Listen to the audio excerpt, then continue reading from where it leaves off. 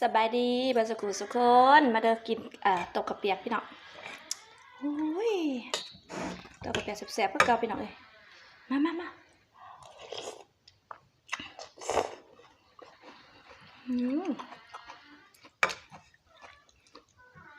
แสงจุงกึงพี่น้องแสงพริกเพชรจะมางอกหลายๆ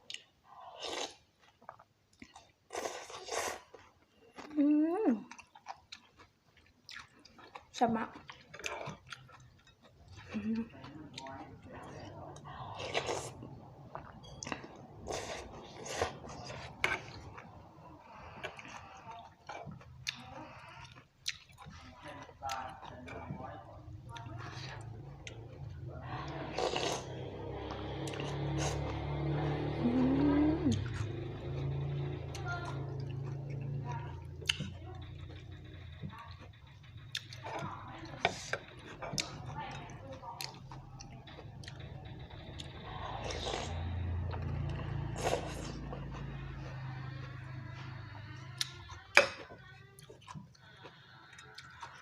ต้มกระเปียกเป็ด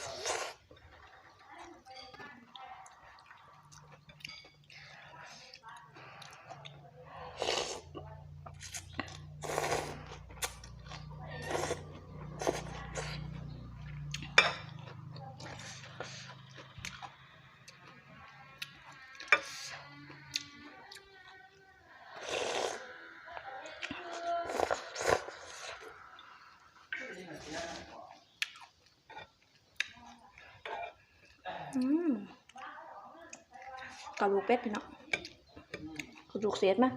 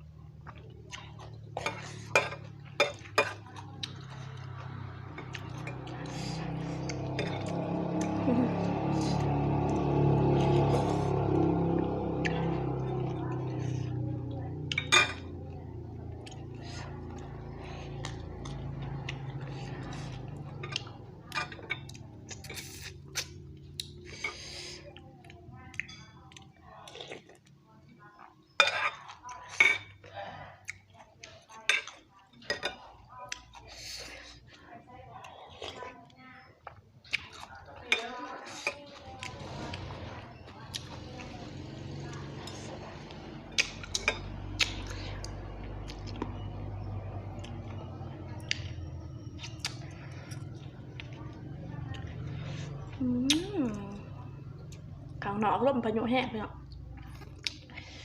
ทั้งร่มทั้งกี่ฝุ่น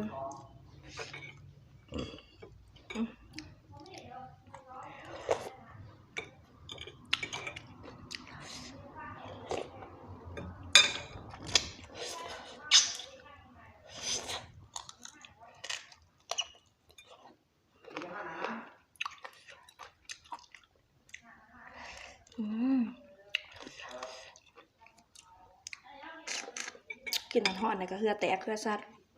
มีแห้ง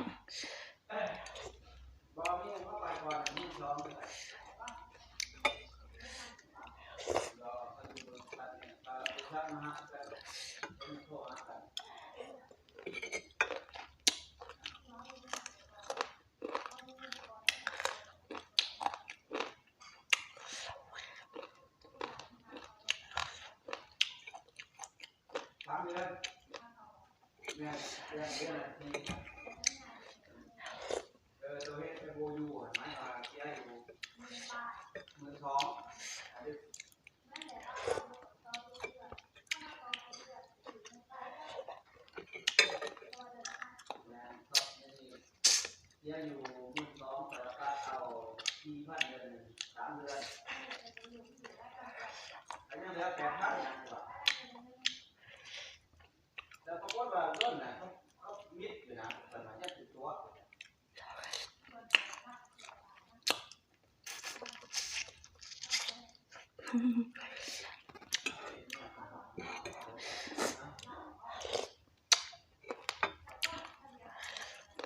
ายังได้ทั้งหมดเป็น70มาสัมผัสคนสัมผัสมันเป็น3 คน